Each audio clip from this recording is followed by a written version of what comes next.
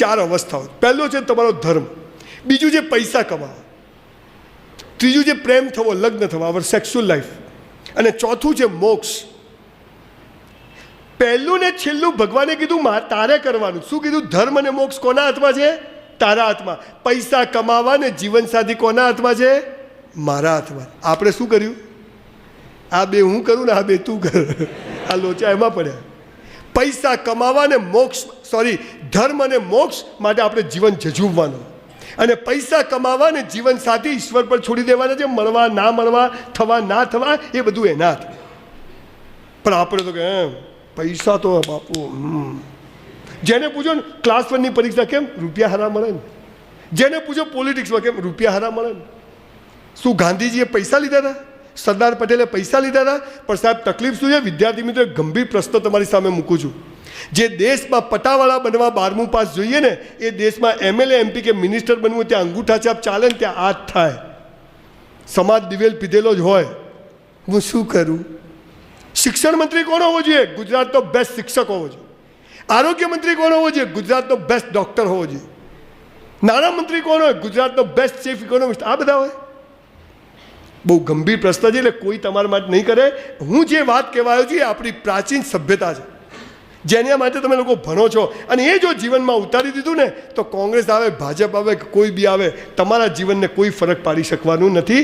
જીવન તમારું મસ્ત પસાર થઈ જશે. એવું કહ્યું છે. પહેલું છે ધર્મ, પૈસા કમાવા, જીવન સાથીને મોક્ષ. પછી ભગવાને કીધું પહેલું ને છેલ્લું તું કરજે, અને બીજું ને ત્રીજું મન મારા હાથ પર છોડી દે, હું તને આપીશ.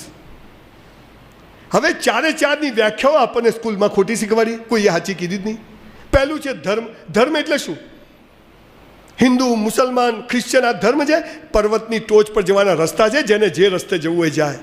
હું શંકરનું નામ લઈને જાઉં, તમે આ નામ લઈ જાઓ, તમે ટોચ પર પહોંચવાનું. પણ ધર્મ શું છે? હું તમને કહું. આપણો પહેલો ધર્મ છે ભગવાન પાસે કશું માગવું નહીં, કૌંસમાં એ આપશે પણ નહીં. પેલો ભિખારી મંદિરની બહાર ભીખ માગે, આપણે મંદિરની મૂર્તો બધા. આપણો પહેલો સોરીને થેન્ક યુ કહેવા જવાનું. ઈશ્વર તારો આભાર, બાપા તે જન્મ આપ્યો, મસ્ત આપ્યો, મસ્ત જગ્યાએ ભણવા મળે છે, ચોખ્ખી જગ્યાએ રહીએ છીએ, મંદિરના સાનિધ્યમાં છીએ, જલસા છે બાપુ. હું શું કરું? હું આજે પગે ફ્રેક્ચર. પહેલો ધર્મ ભગવાન પાસે 2 ટાઈમ પૂજા પાઠ કરવાના, મસ્ત મનુષ્ય જન્મ આપ્યો, તારો આભાર.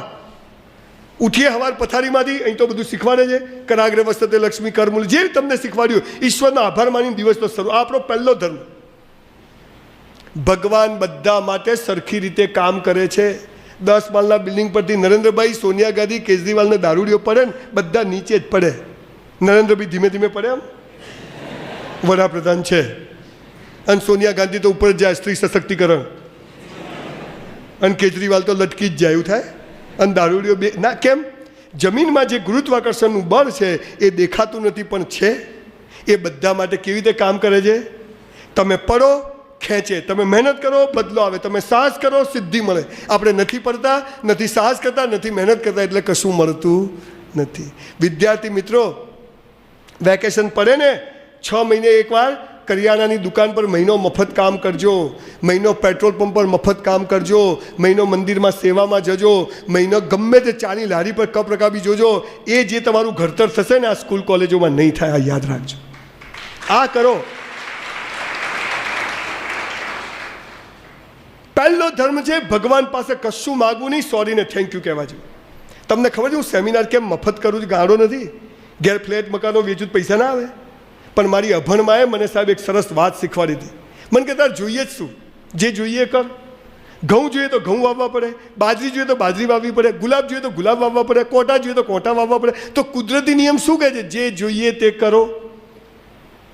ભગવાન સ્વામિનારાયણ શું કરે છે? તમે જે કરો એનું 10 ગણું, 20 ગણું, 50 ગણું યોગ્ય સમયે પાછું આપે છે. સાચું ખોટું? સાચું કે ખોટું? આ ગામમાં 5 સંતો આવેલા, અને એક ઈમાનદારીથી આ ગામમાં 2 મહિના 4 મહિના હું સ્વામીજી જોડે વાત કરતો હતો, અને આજે તમે એનું પરિણામ જોઈ શકો છો કે શુદ્ધ ભાવનાથી કરેલું કામ કઈ લેવલે પહોંચ્યું છે. આ આપણો પાવર. જે કરો, જે જોઈએ તે કરો. સેવા જોઈએ, સેવા કરો. સુખી થવું છે, સુખી કરો. કરો. મેં મંદિરોમાં ચપ્પલો ગોઠવ્યા છે વેકેશનમાં, નદીઓ સાફ કરી, તળાવો સાફ કરે. જે જોઈએ તે કરો, ભગવાનનો નિયમ છે, બધું જ આપશે. બીજો ધર્મ, પહેલો ધર્મ ભગવાન પાસે સોરી થેન્ક યુ કહેવા જેવું, ભીખ માગવા જેવું. બીજો ધર્મ રોજ મા બાપને પગે લાગો. તમારામાંથી કેટલા લોકો લાગે છે? ખાલી હાથ ઊંચો કરો, સાચું કહેજો, ઘેર પૂછાઈશ. Thank you. જે લોકો નથી લાગતા એને બે હાથથી પ્રણામ કે તમે સાચું બોલ્યા, ને કે મારા જેવો તો